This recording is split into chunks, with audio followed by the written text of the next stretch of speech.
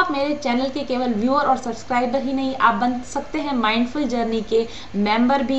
मेरे वीडियोस के नीचे ज्वाइन बटन है, उसे प्रेस कीजिए और जानिए कि मेंबर बनने के क्या क्या फ़ायदे हैं। 299 रुपीज़ मंथली के पेमेंट पर आप मेरे मेंबर बन सकते हैं, मेरी फैमिली के मेंबर बन सकते हैं। और आपको मैं शॉर्ट में जल्दी से बता देती हूँ कि इसके क्या क्या फ़ायदे हैं। आपको मिलेगा लॉयल्टी बैच, यानी आपके नाम के आगे हमेशा अपीयर होगा एक बैच जो मुझे बताएगा कि आप मेरे मेंबर हैं। आपके कमेंट को, आपके क्वेश्चन को प्रायोरिटी दी जाएगी, चाहे वो मेरी जनरल वीडियोस हों या वो मेरी लाइव स्ट्रीमिंग्स हों। इसके अलावा आपको मिलेंगे मेडिटेशन सेशंस और हीलिंग सेशंस महीने में कम से कम एक बार। आपको मिलेंगे एक्स्ट्रा पिके card readings, extra twin flame energy check ins, और आप जिन वीडियोस को देखना चाहते हैं आपके सेलेक्टेड टॉपिक्स के ऊपर भी वीडियोस आपको दिए जाएंगे। अगर ये सारे फायदे आप उठाना चाहते हैं तो मुझे आज ही ज्वाइन कीजिए माइंडफुल जर्नी मेंबर बनके। तो चलिए शुरुआत करते हैं आज की टैरो क्लास की। मैंने आपसे पिछली क्लास में बात की थी माइनर आर्कना कार्ड्स के बारे में, और आज मैं आपसे बात करूंगी मेजर आर्कना कार्ड्स के बारे में। मेजर आर्कना कार्ड जैसा कि आपको पता है टोटल 22 होते हैं नंबर में, लेकिन आज हम उन सभी 22 कार्ड्स की बात नहीं करेंगे। हम बात करेंगे शुरुआती 11 कार्ड्स की, शुरुआती 11 कार्ड्स की। तो मेजर आर्कना कार्ड्स में शुरुआती 11 कार्ड्स कौन से होते हैं, चलिए जानते हैं। पहला कार्ड जिसे हम कार्ड नंबर 0 कहते हैं, जिसको कार्ड नंबर 1 नहीं कहा जाता है, 0 नंबर का कार्ड जो होता है वो कहलाता है the fool card. The fool card जो है वो बिगिनिंग को, शुरुआत को, किसी भी चीज़ की नई शुरुआत को, एक साइकिल के एंड होने के बाद नई साइकिल की शुरुआत को, न्यू बिगिनिंग को दर्शाता है। और अगर मैं आपको इन जनरल बताऊं तो ये मेजर आर्कना कार्ड जो होते हैं ये आपकी सोल जर्नी, आपकी लाइफ जर्नी को बताते हैं। कैसे एक ह्यूमन बीइंग शुरुआत में पैदा होता है, कैसे वो अपनी लाइफ को शुरू करता है, कैसे एक अलग अलग अनुभवों से गुजरता है, इसको ये मेजर आर्कना कार्ड्स डिनोट करते हैं। और यहाँ पर ये जो नंबर्स आप देखते हैं ना, ये रोमन न्यूमेरिकल्स में होते हैं। आप देख सकते हैं 1 2 3 जिस तरीके से इसमें लगे हुए हैं, ये रोमन न्यूमेरिकल्स के अंदर ये कार्ड्स होते हैं। और आपकी पर्सनल रीडिंग या क्लाइंट के लिए जब भी आप रीडिंग करते हैं तब अगर मेजर आर्कना कार्ड अपीयर होता है तो इसका ये मतलब है कि उस क्लाइंट की लाइफ में उस कार्ड से रिलेटेड कोई बड़ा परिवर्तन आने वाला है। और मेजर आर्कना कार्ड के आसपास के माइनर आर्कना कार्ड के साथ में उनका रिलेशन कैसा है उसके हिसाब से प्रिडिक्शन किया जाता है। यानी माइनर आर्कना कार्ड्स के मतलब बदल जाते हैं जैसे जैसे मेजर आर्कना कार्ड्स अपीयर होते हैं। अगर डिफरेंट तरह के मेजर आर्कना कार्ड अपीयर होते हैं तो माइनर आर्कना कार्ड जो उसके आसपास है उनके मतलब बदल जाते हैं।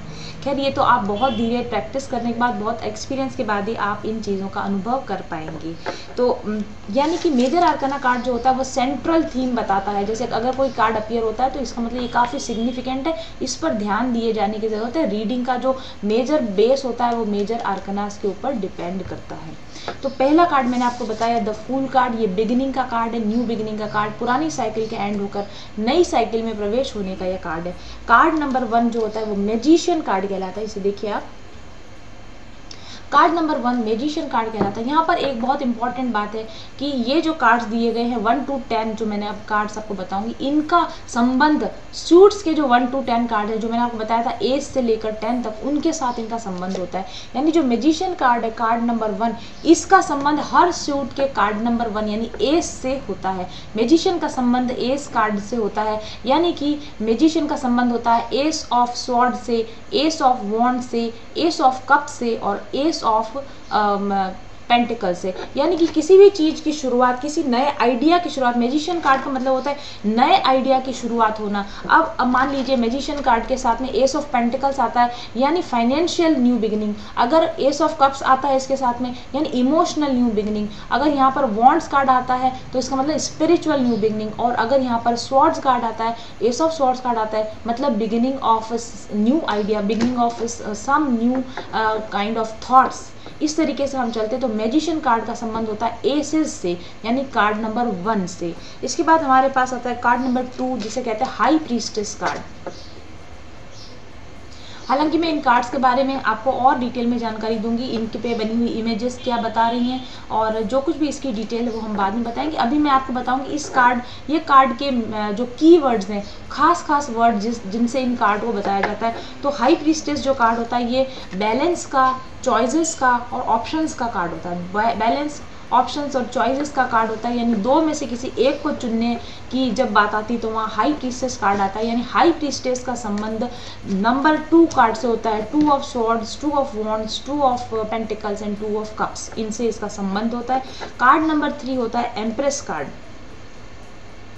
तो इसका संबंध 3 से होता है। 3 से सभी सूट्स के जो नंबर 3 कार्ड्स होते हैं इनके साथ इसका संबंध होता है। 3 जो कार्ड होता है वो एक्शन का कार्ड होता है। एम्प्रेस का मतलब है कि जैसे मैजिशियन का मतलब था आइडिया की शुरुआत हुई, हाई प्रीस्टेस का मतलब है चॉइसेस, आइडिया लेने के बाद में चूज किया कि हमें किस दिशा में आगे बढ़ना है, और एम्प्रेस जो होती है एक्शन, यानी आपने जिस आइडिया को चूज किया उस आइडिया पर आपने काम करना शुरू किया, आपने प्लानिंग करनी शुरू कर दी, उसके लिए कार्ड होता है एम्प्रेस कार्ड आता है। उसके बाद आता है एम्परर कार्ड। एम्परर कार्ड जो होता है नंबर 4 कार्ड है, और 4 जो होते हैं यानी चारों ही सूट्स के अंदर जो 4 कार्ड है, 4 of swords, 4 of wands, 4 of cups और 4 ऑफ पेंटिकल्स, उनके साथ एम्परर का संबंध होता है।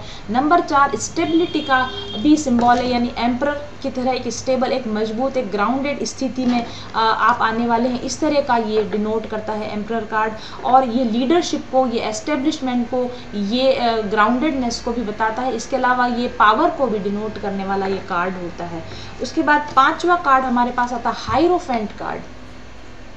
तो हाइरोफेंट कार्ड जो होता है ये बाकी सूट्स के 5 नंबर कार्ड से 5 of swords, 5 of wands, 5 of cups और 5 ऑफ पेंटिकल से रिलेटेड कार्ड होता है। हाइरोफेंट जो कार्ड होता है ये इसको हाई प्रीस्ट कार्ड भी कहा जाता है, और ये जो कार्ड होता है वो रिचुअल्स, ट्रेडिशंस से संबंधित या आपके ग्रुप से संबंधित, सोशल ग्रुप से संबंधित इस तरह का ये कार्ड होता है। और यहाँ पर क्योंकि इसका संबंध 5 से है तो आप ये समझ के चलिए कि जब भी कहीं बात रिचुअल्स की, ट्रेडिशंस की और बड़े ग्रुप को साथ लेकर चलने की आएगी तो डिसबैलेंस, मिसबैलेंस की स्थिति बनने की संभावना इस कार्ड के साथ में नजर आती है। जहां पर आप देखेंगे कि जो 4 जो नंबर था हमारा यहाँ पर एम्परर कार्ड था, तो वो मैंने आपको कहा था स्टेबिलिटी का कार्ड है, लेकिन 5 फिर से इम्बैलेंस आ जाएगा। अगर आप मेजर आर्कना को देखेंगे या किसी भी आप माइनर आर्कना को देखेंगे तो ऑब्वियसली बात है, पहला एक ऑड नंबर आता है, फिर इवन नंबर आता है, फिर ऑड नंबर आता है, फिर इवन नंबर आता है, यानी 1 2 3 4 में 1 3 5 ऑड नंबर होंगे, 2 4 6 इवन नंबर होंगे। ये हमारी जिंदगी को दर्शाते हैं कि कैसे सुख दुख ऑल्टरनेट, उतार चढ़ाव में आते हैं। अगर आपको लगता है कुछ फेज आपकी ज़िंदगी का स्टेबल है, कुछ समय बाद में फिर से उतार आएगा, फिर चढ़ाव आएगा, फिर से उतार आएगा, तो ये आपको यही बताया जाता है। तो कौन सा मेजर आर्कना आपके इस समय में अपीयर हुआ है उससे पता चलता है कि आपकी लाइफ इस वक्त स्टेबल है या फिर वो इस वक्त अनस्टेबल है, इसका भी पता लगाया जा सकता है। फॉर एग्जाम्पल अगर 4 नंबर का कार्ड आता है तो हम कह सकते हैं कि इस वक्त स्थितियाँ स्टेबल है, और अगर ऑड नंबर का कार्ड आता है, 5 या 7 नंबर का कार्ड आता है, तो हम कह सकते हैं कि अनस्टेबिलिटी वाला मामला है यहाँ पर।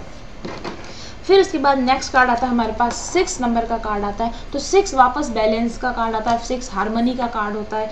6 जो होता है ये लव का कार्ड है, लवर्स कार्ड है, 6 चॉइसेस का भी कार्ड होता है। तो इस तरीके से इसका संबंध सभी 6 के साथ में होता है, ये सक्सेस को भी नोट करता है।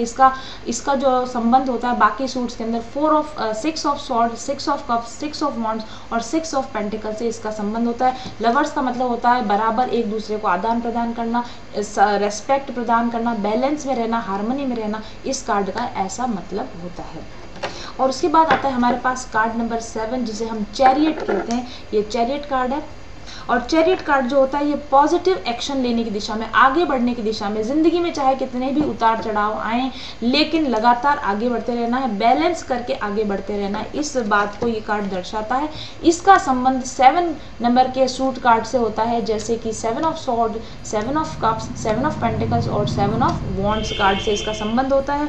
और चैरियट कार्ड का ये भी मतलब होता है कि आप जिंदगी के विषम परिस्थितियों में बैलेंस कैसे बनाकर रख सकते हैं। आप देख सकते हैं यहाँ पर कि यहाँ पर जो घोड़ों की जगह जो स्फिनिक्स लगे हुए हैं, ये स्फिंक्स लगे हुए हैं, सॉरी, ये ब्लैक एंड व्हाइट यानी ऑपोजिट एनर्जीज हैं, 2 अलग दिशाओं में, 2 विपरीत दिशाओं में जाने वाली एनर्जीज हैं। आप कैसे इनको एक साथ लाकर सही दिशा में आगे बढ़ सकते हैं, ये आपके सही डिसीजंस का कार्ड है, ये आपके आगे बढ़ने का कार्ड है, ये तरक्की का कार्ड है, ये पैशन का कार्ड है। और इसके साथ इसके बाद में आता है स्ट्रेंथ कार्ड, नंबर 8 का कार्ड आता है। स्ट्रेंथ कार्ड ये शक्ति का प्रतीक है, ये पावर का प्रतीक है, स्ट्रेंथ का प्रतीक है, ये वापस से स्टेबिलिटी का प्रतीक है, क्योंकि ये एक इवन नंबर इवन नंबर है, इसलिए ये स्टेबिलिटी का प्रतीक है, ये प्रोग्रेस को दर्शाता है, ये बताता है कि आप डिटरमाइन हैं, आप कटिबद्ध हैं, आप दृढ़ निश्चयी हैं, और आप किसी भी तरह की लाइफ सिचुएशन या कैसे भी लोगों से आपको डील करना पड़े या कैसे भी सिचुएशन से आपको डील करना पड़े, आप हार नहीं मानेंगे, आप डिटर्मिनेशन के साथ, दृढ़ निश्चय के साथ इस सिचुएशन से निपटेंगे। इस तरह की एनर्जी को दिखाने वाला ये कार्ड होता है। इसका संबंध बाकी सूट्स के 8 नंबर के कार्ड से होता है, यानी 8 of swords, 8 of wands, 8 of cups और 8 ऑफ पेंटिकल्स। 9th नंबर का हमारा जो कार्ड होता है ये कहलाता है द हर्मिट कार्ड। इसे आप देखिए, the hermit card. Hermit card जो होता है इनर पीसफुलनेस का कार्ड होता है, अंदर जाने का कार्ड होता है, यानी अपने आप को देखने का कार्ड, बाहरी दुनिया को देखने के बजाय अपनी और झांक कर देखने का कार्ड होता है। हमने जो कुछ पास्ट में किया उसको कंटेम्पलेट करने का कार्ड होता है, उसके ऊपर सोच विचार करने का कार्ड होता है, और समझदारी से डिसीजन लेने का ये कार्ड होता है। और इसका संबंध होता है बाकी सूट कार्ड्स के 9 नंबर के कार्ड से, यानी 9 of swords, 9 of pentacles, 9 of cups और 9 ऑफ वॉन्ड्स कार्ड्स के साथ में। और 10वें नंबर पर कार्ड आता है व्हील ऑफ फॉर्चून कार्ड, और यहाँ पर एक साइकिल के अंत होने की ये गवाही देता है। जब ये कार्ड आता है इसका मतलब आप अपनी ज़िंदगी के किसी एक मेजर साइकिल को एंड कर चुके हैं और नई शुरुआत करने के लिए तैयार हैं। तो ये एक्सपीरियंसेस का भी कार्ड है, ये ट्रांसफॉर्मेशन का कार्ड है, ये ट्रांजिशन का कार्ड है, और इसका संबंध होता है सभी 10s के साथ, यानी 10 of swords, 10 of wands, 10 of cups और 10 ऑफ पेंटिकल्स के साथ में। तो आई थिंक ये 10 मेजर आर्कना कार्ड्स जो मैंने आपको बताए, इनकी इंट्रोडक्शंस आपको अच्छे लगे होंगे। डिटेल्स में हम एक एक कार्ड में बाद में जाएंगे। Thank you for joining my class.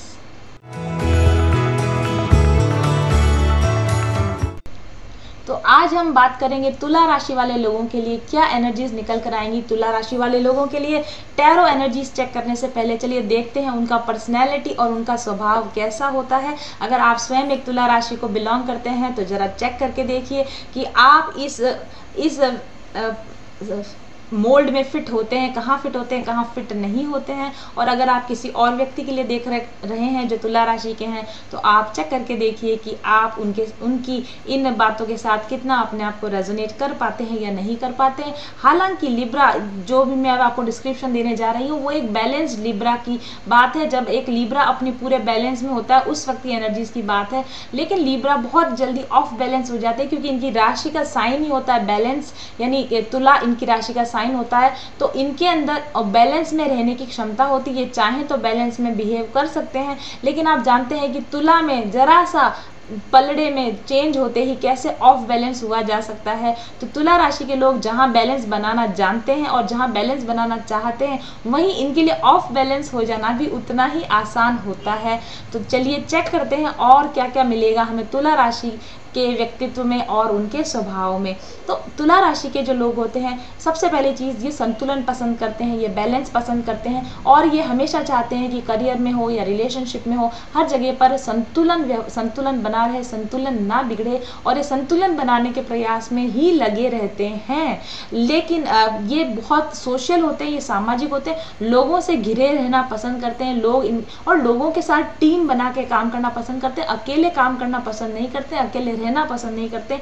इनके फ्रेंड्स होते हैं, बहुत सारे फ्रेंड्स होते हैं, काफ़ी सोशल होते हैं, काफ़ी सामाजिक होते हैं। नए लोगों के साथ संपर्क करना, नए लोगों से जान पहचान करना इनको पसंद होता है, इनको अच्छा लगता है, और इनको निष्पक्ष रहना पसंद होता है, और ये बायस्ड नहीं होना चाहते, ये निष्पक्ष रहना चाहते हैं, और इसीलिए विवादों का निपटारा करने में ये अच्छे माने जाते हैं। दूसरे लोगों के लिए अगर इन्हें डिसीजन लेने को कहा जाता है तो ये एक बैलेंस निष्पक्ष डिसीजन दे सकते हैं। लेकिन वही बात है कि अगर ये अपनी नेगेटिव और अपनी पॉजिटिव साइड को बैलेंस में नहीं रखते हैं तो बहुत पॉसिबल है, अगर ये पॉजिटिव साइड इनकी ऊपर जाती है तो बहुत अच्छी बात है, लेकिन जब इनकी नेगेटिव साइड ऊपर जाने लगती है तो इनकी ज़िंदगी का बैलेंस संतुलन खोने की पूरी संभावनाएं होती हैं।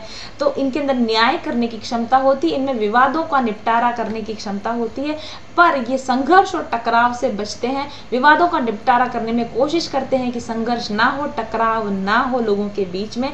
ये बहुत चतुर रणनीतिकार होते हैं, बहुत प्लानिंग के साथ में काम करने की कोशिश करते हैं। ये काफ़ी शिष्ट होते हैं, ये अभद्र व्यवहार को पसंद नहीं करते हैं, और ये खुद भी किसी के साथ में अभद्र व्यवहार नहीं करते। ये अपनी शिष्टता के लिए, अपने गुड बिहेवियर के लिए जाने जाते हैं। और ये दिमाग का उपयोग ज़्यादा करते हैं, लॉजिकल ज़्यादा होते हैं, रिश्तों के अंदर हो या डिसीजन मेकिंग में हो, ये अपने दिमाग का उपयोग ज़्यादा करते हैं। लेकिन प्रॉब्लम ये होती है कि कभी कभी ओवर थिंकिंग का शिकार हो जाते हैं, क्योंकि एयर साइन राशि है, ओवर थिंकिंग का शिकार हो सकते हैं, ज़्यादा लंबा समय ले सकते हैं निर्णय करने के अंदर, और इसीलिए इनको कई बार हम ये कहते हैं कि ये अनिर्णय के शिकार हो जाते हैं, किसी स्थिति पर कोई सही डिसीजन पर पहुंच ही नहीं पाते हैं, या तय समय सीमा में कोई डिसीजन नहीं ले पाते हैं, और इस वजह से इनके काम डीले हो सकते हैं। और इसलिए लोग इनको मानते हैं कि शायद आलसी भी मान सकते हैं इस बात के लिए, पर हालांकि आलस इसका वजह नहीं है। वजह यह है कि वो अनिर्णय के शिकार जल्दी हो जाते हैं, क्योंकि ये हर परिस्थिति के अंदर, हर परिस्थिति में नफा और नुकसान देखते हैं, लाभ और हानि देखते हैं, प्रॉफिट और लॉस देखते हैं, बैलेंस बैलेंस बैलेंस बैलेंस को करते करते करते करते कई बार ऐसा होता है कि निर्णय लेने में इनसे देरी हो जाती है। जैसे कहा जाता है मैं देर करता नहीं देर हो जाती है, वैसी वाली स्थिति लिब्रास के साथ होती है, क्योंकि बैलेंस बनाने की कोशिश में ये बहुत सारी चीज़ें टाइमली पूरी नहीं कर पाते हैं। और इनके ये काफ़ी आकर्षक होते हैं, दिखने में ये बहुत हैंडसम अट्रैक्टिव होते हैं, handsome looking guys, beautiful looking girls, लेकिन और इनके अंदर ऑपोजिट सेक्स के प्रति अट्रैक्शन बहुत जल्दी हो जाता है इनका, क्योंकि इनका जो स्वामी है वो शुक्र इनका स्वामी है, तो सुंदरता खूबसूरती के प्रति ये आकर्षित होते हैं। ये स्वयं भी बहुत आकर्षक होते हैं, खूबसूरत होते हैं, लेकिन आकर्षित जल्दी हो जाने की वजह से इनके मल्टी पार्टी रिलेशनशिप्स होने की संभावनाएं होती हैं, इनके एक से अधिक साथी होने की इनकी संभावनाएं होती हैं, और ये कमिटमेंट इश्यूज के साथ भी इनको प्रॉब्लम होती है, क्योंकि ये लोगों को तो जल्दी से अपने दोस्ती कर लेते हैं, लोगों के साथ संपर्क कर लेते हैं, आकर्षक होने की वजह से लोग इनके साथ संपर्क कर लेते हैं, ये दोस्त बनाना पसंद करते हैं, और ये मल्टीपल रिलेशनशिप्स भी पसंद करते हैं। लेकिन अगर बात कमिटमेंट की आती है, अगर बात सेटलमेंट की आती है, शादी ब्याह की बात आती है, तो ये थोड़ा सा निर्णय लेने में देर लगा सकते हैं। इसलिए कई बार इनके जो पार्टनर्स होते हैं वो इनसे इसलिए परेशान होते हैं क्योंकि इनको कमिटमेंट फोबिया है, या इनको कमिटमेंट इश्यूज हैं, इस तरह का ये व्यवहार प्रदर्शित करते हैं। तो ये छोटी सी जानकारी थी तुला राशि वाले लोगों के लिए। जब भी तुला राशि की रीडिंग्स आएंगी मैं और रोचक जानकारियां आपको लोगों के लिए लेकर आती रहूंगी। अब एनर्जी चेक करते हैं, मार्च में तुला राशि वाले लोगों का समय कैसा रहने वाला है।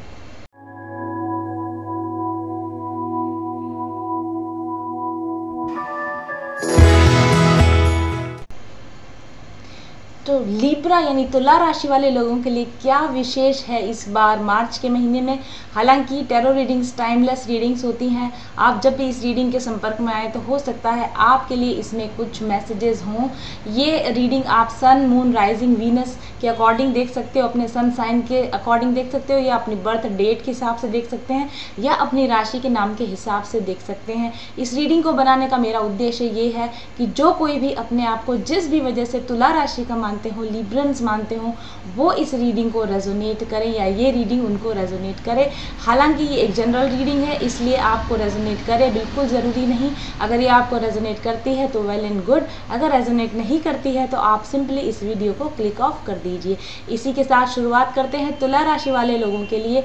लिब्रा राशि वाले लोगों के लिए क्या एनर्जीज निकल कर आती हैं। मेरे पास कार्ड्स आप लोगों के लिए ऑलरेडी यहाँ पर डिस्प्लेड हैं, और बॉटम ऑफ द डेक पर मेरे पास जो कार्ड है ओसाइरिस कार्ड, जिस पर लिखा है हेवनली मैसेजेस, और इसके बाद इसके क्लैरिफिकेशन के लिए जो मैंने डेक इस्तेमाल किया है, इसके बॉटम ऑफ द डेक पर कार्ड है द लवर्स कार्ड, और उसके साथ में और भी मैंने जो हेल्प के लिए मैसेजेस लिए हैं ट्रस्ट कार्ड है आपके लिए यहाँ पर बॉटम ऑफ द डेक पर, और उसके बाद मेरे पास कार्ड है द स्पिरिट विस्परर कार्ड, जिस पर लिखा है divine guidance and higher knowing. तो मेरे पास यहाँ पर दो हेवनली मैसेज और डिवाइन गाइडेंस के कार्ड हैं, चॉइसेस का कार्ड है और ट्रस्ट का कार्ड है। तो आपकी रीडिंग इन्हीं एनर्जीज के अकॉर्डिंग आज रहने वाली है। तो देखते हैं बॉटम ऑफ द डेक से आप लोगों के लिए क्या एनर्जीज निकल कर आती हैं। साथ ही मैं आप लोगों को एक बात और बता देना चाहती हूँ कि आपकी रीडिंग में काफ़ी सिंक्रोनिसिटी नज़र आ रही है, यानी रिपीटेड नंबर्स नज़र आ रहे हैं। मुझे यहाँ पर नज़र आ रहे हैं 9 नंबर्स, 3 नंबर्स और 6 नंबर्स बार बार नज़र आ रहे हैं। 3, 6, 9 ऑड नंबर्स हैं। चैलेंजेस आपको शायद इस समय में फेज़ करने पड़ रहे होंगे, चैलेंजिंग फेज़ शायद आपकी ज़िंदगी का ये चल रहा होगा, लेकिन 3, 6, 9 प्रोग्रेसिव नंबर्स हैं, तो आप चिंता ना करें, आप जिस भी फेज़ में हैं उससे धीरे धीरे आप बाहर ज़रूर से निकल जाएंगे।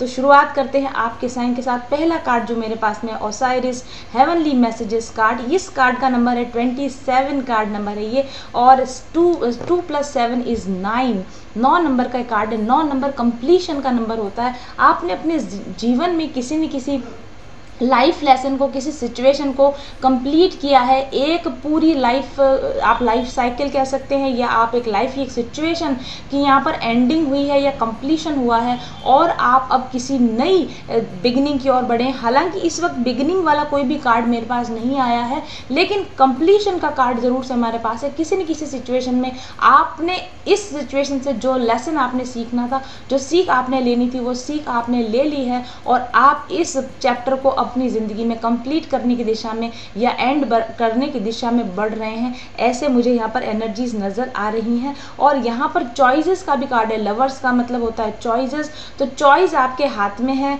क्योंकि एंडिंग तो पहुँच चुकी है, एंडिंग अप्रोच कर चुकी है। आप एंड को एक्सेप्ट करते हैं, या फिर आप किसी न किसी तरीके से अभी भी उसके साथ में स्टक रहते हैं। ये चॉइस आपकी होने वाली है। और मुझे आपके यहाँ पर कार्ड्स में बहुत सारे जो भी कार्ड्स नज़र आ रहे हैं, ग्रीन कलर की बहुतायत नज़र आ रही है। तो मैं ये कह सकती हूँ कि इस वक्त आपकी हार्ट के एनर्जीज के आसपास कुछ न कुछ चल रहा है। ये मैटर हार्ट का मैटर है, दिल का मामला है, कुछ न कुछ जो जिसके आसपास ये एनर्जीज चल रही हैं।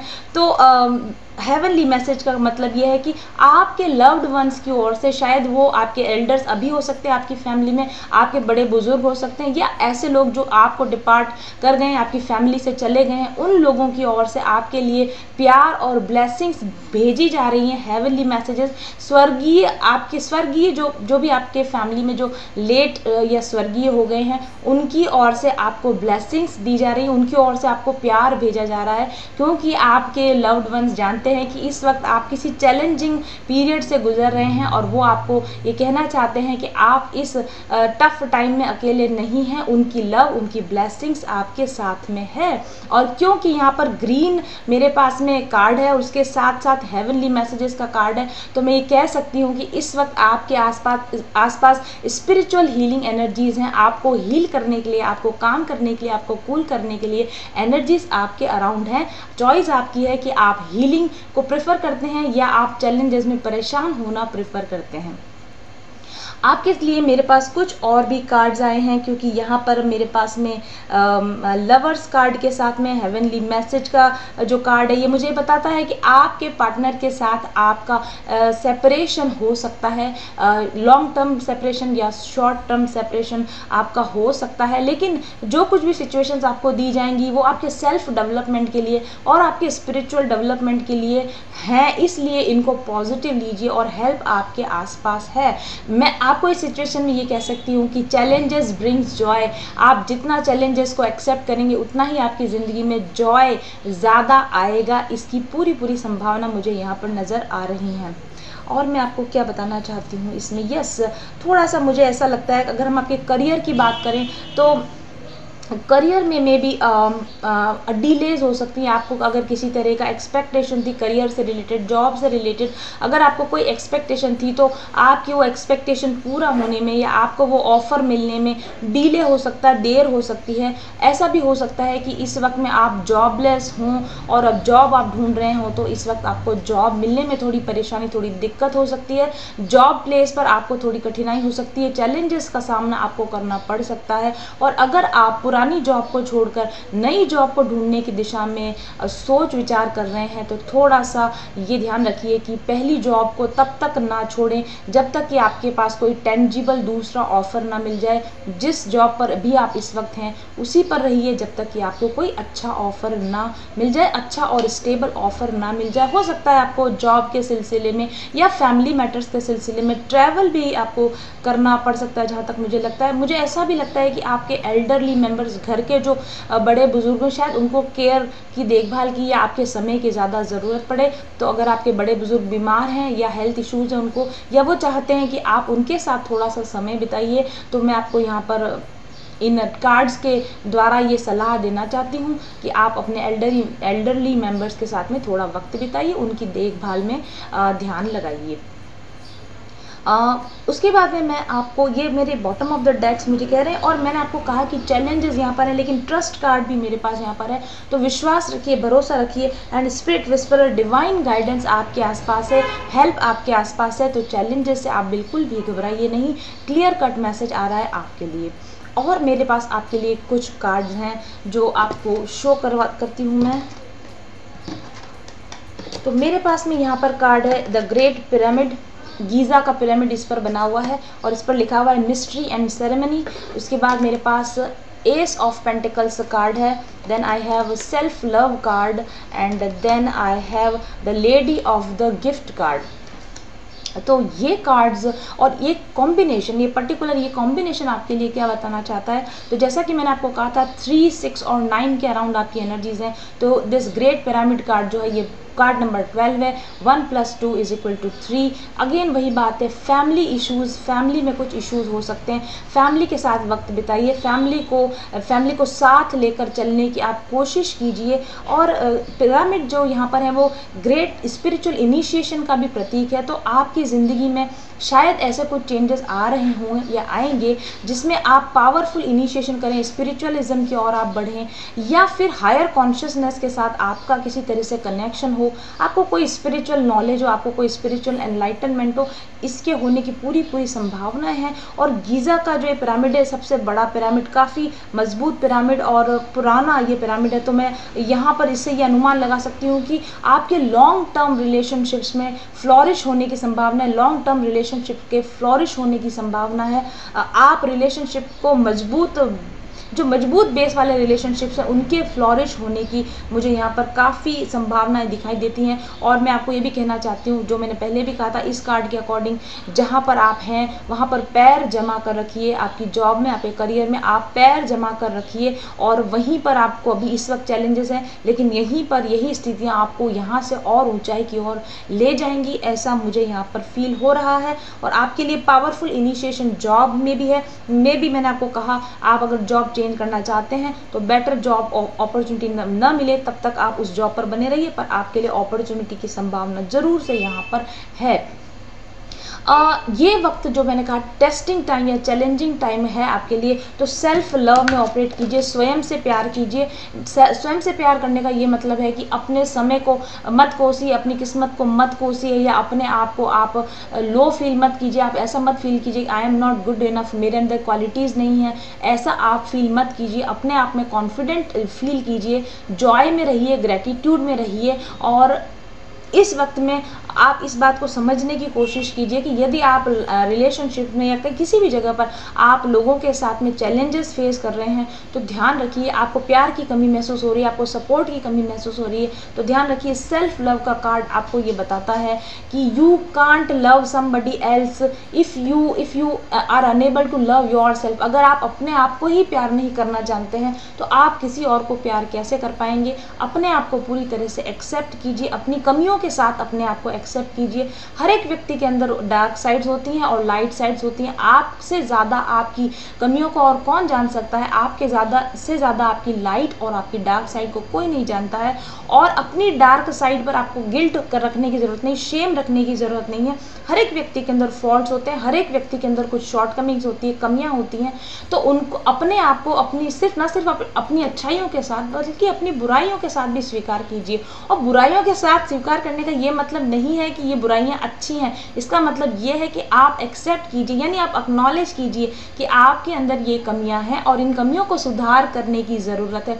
उन पर गिल्ट फील मत कीजिए, उन पर शेम फील मत कीजिए, अपनी कमियों को धीरे धीरे सुधारने की कोशिश कीजिए और ऑनेस्टी के साथ बिहेव करने की कोशिश कीजिए, ट्रुथफुलनेस के साथ बिहेव करने की कोशिश कीजिए। आपकी कमी, जहाँ तक मुझे समझ में आ रहा है, आप थोड़ा सा लिटिल आटे में नमक जितनी बेईमानी आप रिश्तों के अंदर कर रहे हैं, और मुझे ऐसा भी लगता है कि आप लोगों को या रिश्तों को मैनिपुलेट करने की, अपने हिसाब से कंट्रोल करने की अगर कोशिश कर रहे हैं, तो आपके लिए यहाँ पर एडवाइस है, the lady of the gift card है मेरे पास में। और आपके लिए यहाँ पर एडवाइस है कि जेनरस बनिए, खुले दिल के बनिए, खुले दिमाग के बनिए। लोगों को कंट्रोल करना है तो प्यार के द्वारा कंट्रोल करने की कोशिश कीजिए, मैनिपुलेट करके डिसऑनेस्टी से कंट्रोल करने की कोशिश मत कीजिए। अगर आप ऑनेस्टी के साथ में बिहेव करेंगे, प्यार के साथ में, काइंडनेस के साथ में बिहेव करेंगे, तो जो भी चैलेंजेस आप फेस कर रहे हैं वो चैलेंजेस आपके रास्ते से हट जाएंगे। और एक इम्पॉर्टेंट चीज़ है, अगर आप फाइनेंशियल ऑब्स्टेकल से गुजर रहे हैं, अगर आप रिलेशनशिप में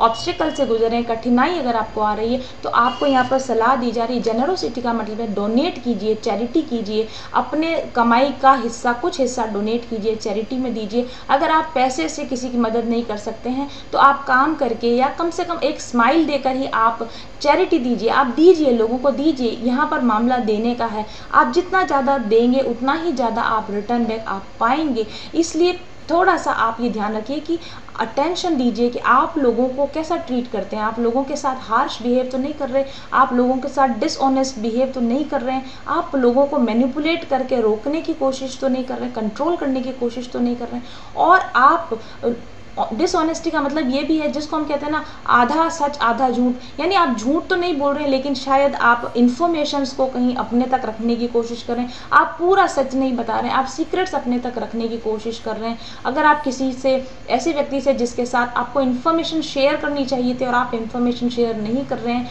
वो भी एक तरह की डिसऑनेस्टी है, वो भी एक तरह का लाई है। तो अपने व्यवहार को आप चेक कीजिए, आपकी कमियों को आप दूर करने की कोशिश कीजिए। और भी मेरे पास आपके लिए कुछ कार्ड्स निकल कर आए हैं और मैं डेफिनेटली इनको आपके लिए रिवील करना चाहूँगी कि इनका आपके लिए क्या मतलब है। तो ये मेरे साथ में कार्ड है, ये लव एंड म्यूजिक कार्ड है, हथौर कार्ड है मेरे पास में। Then I have nine of wands card, I have 5 of pentacles card for you, I have cooperation card for you and the horse king card. ये combination भी मुझे यहाँ पर कुछ विशेष संदेश दे रहा है। हथौर card, love and music card, ये आपके फाइनेंशियल फ्लो को बताने के लिए ये कार्ड यहाँ पर है। अगर आपको फाइनेंशियल प्रॉब्लम्स आ रही है, अगर आपको प्रॉब्लम हो रही है जॉब में, करियर में, कहीं पर, तो थोड़ा सा मैं आपको बताना चाहूँगी, आपके लॉर्ड चक्रा एनर्जीज इम्बैलेंस हैं, आपको बेसल और सेक्रल चक्रा हीलिंग की ज़रूरत है, लॉर्ड 3 चक्रा हीलिंग्स की आपको ज़रूरत है। आप चाहे म्यूज़िक का सहारा लीजिए या आप साउंड थेरेपी का सहारा लीजिए या आप मेडिटेशन का सहारा लीजिए, आप बैलेंस कीजिए अपने लॉर्ड चक्रास को, तो आपको फाइनेंशियल फ्लो मिलेगा ज़िंदगी में। इसके अलावा आपकी लाइफ में जहाँ कहीं भी आपको चैलेंजेस देखने को मिले, जैसे यहाँ आप आपको वरी है या आप डिसअपॉइंटेड हैं किसी भी वजह से, अगर आप डिसअपॉइंटमेंट में हैं तो आप थोड़ा सा ये ध्यान रखिए कि आप लोगों पर एकदम से चिढ़ ना जाएं, आप लोगों के साथ में मिसबिहेव ना करने लग जाएं। आपके लिए कॉपरेशन का कार्ड है, सहयोग लीजिए और सहयोग दीजिए, इस तरह का कार्ड आपके लिए आया है। फैमिली में भी और आपके करियर में भी अगर लोगों के साथ आपके इश्यूज़ बन रहे हैं, रिलेशनशिप इश्यूज़ बन रहे हैं, तो फिर से मैं आपको अवेयर करना चाहूँगी कि input is equal to output. आप किसी रिश्ते में, किसी जगह पर जितना इनपुट देंगे उतना ही आपको उसमें आउटपुट मिलेगा। इसलिए लोगों की रेस्पेक्ट करना सीखिए, लोगों की ओपिनियंस का रेस्पेक्ट करना सीखिए, और थोड़ा सा अपना ज़िद्दी स्वभाव अगर आपका है, किसी बात पर आप अड़े हुए हैं, स्टबर्न हैं आप, तो थोड़ा सा अपनी स्टबर्ननेस पर आप काबू लाने की इस समय में कोशिश कीजिए। और मुझे ऐसा लगता है कि अगर आप परेशानी में हैं तो आप गाइडेंस लेने से पीछे मत हटिए। अगर कोई हेल्प अवेलेबल है, अगर कोई एडवाइस अवेलेबल है, तो आप किसी एक्सपर्ट की एडवाइस लीजिए, आप हेल्प लीजिए लोगों की। कोई अगर आपके लिए मदद ऑफर करता है तो उस मदद को रिफ्यूज़ मत कीजिए, उस गाइडेंस को रिफ्यूज़ मत कीजिए। हो सकता है कि दूसरे के द्वारा दी गई सलाह आपके काम आ जाए और आप अपने हिसाब से, अगर स्टबर्न नेचर, जिद्दी नेचर की वजह से कोई डिसीजन लें, तो क्वाइट पॉसिबल है कि आपको शायद दरवाजे आगे बंद मिलें या रोड्स डेड एंड पर जाकर आपका रास्ता ख़त्म हो जाए। तो ask for guidance, ask for advice, अपने से समझदार लोगों की, अपने सीनियर लोगों की आप एडवाइस फॉलो कीजिए, तो ये आपके लिए ठीक रहेगा इस समय में। और जैसा कि कहा जाता है कि अगर आप फंसे हुए हैं किसी जगह में, किसी प्रॉब्लम को सॉल्व करने में, तो 2 heads आर बेटर देन 1। एक से अधिक दिमाग अगर किसी प्रॉब्लम को सॉल्व करने में लगेंगे तो उसका ज़्यादा बेटर इफ़ेक्ट, ज़्यादा बेटर रिजल्ट्स आ सकेंगे। और अगेन वही बात है कि आप ओपन अप हो जाइए, क्लोज मत रहिए। अगर परेशानी में है तो लोगों की हेल्प मांगिए, ओपन अप होइए। हार्ट चक्र हीलिंग जो मैंने अभी आपको कहा कि हार्ट के अराउंड ये एनर्जीज हैं, तो अपनी हार्ट एनर्जीज को क्लोज मत कीजिए, ओपन रहिए। लोगों से एडवाइस लेने के लिए आप ओपन रहिए। और भी मेरे पास आपके लिए एक रो और बचती है अब कार्ड्स की, तो ये कार्ड्स क्या कहते हैं देखते हैं हम। तो मेरे पास यहाँ पर है bast card, Joy and pleasure. ये आपके लव लाइफ के अराउंड एनर्जीज हैं, क्योंकि मैंने इसी तरीके से कार्ड्स मांगे थे। 3 ऑफ पेंटिकल्स, देन ये हार्मनी कार्ड है हमारे पास, and then the phoenix card is there. Again यहाँ पर 3 नंबर है, 3 of pentacles 3, harmony card number 6, and again यहाँ पर मेरे पास में है यहाँ पर card number 6, the joy and pleasure card, ये भी 6 कार्ड हार्मनी का कार्ड है। लव लाइफ में उतने चैलेंजेस शायद नहीं हैं, या अगर अभी आप लव लाइफ में चैलेंजेस झेल रहे हैं तो आने वाले समय में हार्मनी एस्टेब्लिश होने वाली है, क्योंकि 2 बार मेरे पास में 6 नंबर का कार्ड आया है, हार्मनी का कार्ड आया है, हार्मनी इटसेल्फ यहाँ पर लिखा हुआ है, जॉय एंड प्लेजर यहाँ पर लिखा हुआ है। तो आई थिंक आपकी लव लाइफ धीरे धीरे या इस वक्त भी में भी जॉय, हार्मनी और प्लेजर की दिशा में बढ़ने वाली है। आपकी ज़िंदगी में लव की तरफ से, यानी आपके लव्ड वन की तरफ से हैप्पीनेस का फ्लो आए, ऐसी संभावना दिखती है। हो सकता है कुछ लोगों के लिए न्यू लव आपकी लाइफ में एंटर करे, और ऐसा भी हो सकता है कि आपके ओल्ड लव रिलेशनशिप में न्यू स्पार्क हो, आप लोग फिर से एक बार साथ आए। शायद मैंने जैसे कहा था कि आपके लव्ड वन से आपको सेपरेट होने की संभावना है, तो ऐसा भी हो सकता है कि किसी पुराने रिलेशनशिप से सेपरेट होकर आप किसी नए रिलेशनशिप के साथ में आप टुगेदरनेस में आए। ऐसा भी हो सकता है कि एक शॉर्ट सेपरेशन पीरियड के बाद में आप वापस से अपने लव्ड पार्टनर के साथ में आप टुगेदर साथ हो जाएं। ऐसा भी संभव है कि काफ़ी समय से आप जिस लव पार्टनर के साथ सेपरेशन फील कर रहे हैं, सेपरेशन झेल रहे हैं, उसके साथ आप हार्मनी में आए, उसके साथ में आप टुगेदरनेस में आए, इसकी भी संभावनाएं हैं। और इसलिए लव के अराउंड जो एनर्जीज मुझे नज़र आती है वो रिलैक्स्ड एनर्जीज हैं। तो स्ट्रेस मत लीजिए, लव से रिलेटेड सिचुएशंस में आप मत लीजिए, स्ट्रेस मत लीजिए। और जहाँ तक मुझे लगता है, क्योंकि यहाँ पर टीम वर्क, 3 ऑफ पेंटिकल्स का भी कार्ड है और यहाँ पर सेंशुअलिटी का भी कार्ड है, तो आप अपने लव्ड पार्टनर की तरफ काफ़ी सेंशुअली अट्रैक्टेड हो सकते हैं, या आपका पार्टनर आपकी ओर सेंशुअली अट्रैक्ट हो सकता है। आपके बीच में अच्छे फिजिकल संबंध बने, इसकी काफ़ी संभावना है। और प्रेगनेंसी की भी संभावना मुझे यहाँ पर नज़र आती है। पर यहाँ पर बात वही है कि अगर मैंने जैसे कहा कि आपकी लव रिलेशनशिप में सेपरेशन की संभावना है, और अगर आप ऐसे पार्टनर के साथ में फिर से साथ में होना चाहते हैं तो अपने एटीट्यूड को थोड़ा सा चेंज कीजिए। इस पार्टनर के प्रति ज़्यादा लव, ज़्यादा कंपैशन, ज़्यादा एम्पैथी के साथ में ट्रीटमेंट करना शुरू कीजिए, तो आप देखेंगे कि चीज़ें आपकी लव लाइफ में ठीक होने लगेंगी। और आपकी लव लाइफ काफ़ी उतार चढ़ाव से भरी हुई है, मुझे ऐसा लगता है, और इन उतार चढ़ावों को भी इंजॉय कीजिए, इस पूरी लव जर्नी को एंजॉय कीजिए, celebrate the journey of love. और क्योंकि ये जो उतार चढ़ाव में जब भी कभी उतार आता है तो आपको ऐसा लगता है कि चीज़ें हमेशा के लिए ख़त्म हो गई हैं, लेकिन जहाँ तक मुझे लगता है फियोनिक्स कार्ड है, रेजिंग फ्रॉम द एशेस, तो ऐसा मुझे लगता है कि जो लव रिलेशनशिप आपको लगते हैं कि बिल्कुल ख़त्म हो गए, जिनमें अब कोई संभावनाएं नहीं बची हैं, जिसमें कोई संभावना ही नहीं बची, वहाँ पर शायद एक न्यू बिगिनिंग हो, वहाँ पर फिर से शायद कुछ न्यू एनर्जीज रेज हों, ऐसा मुझे लगता है।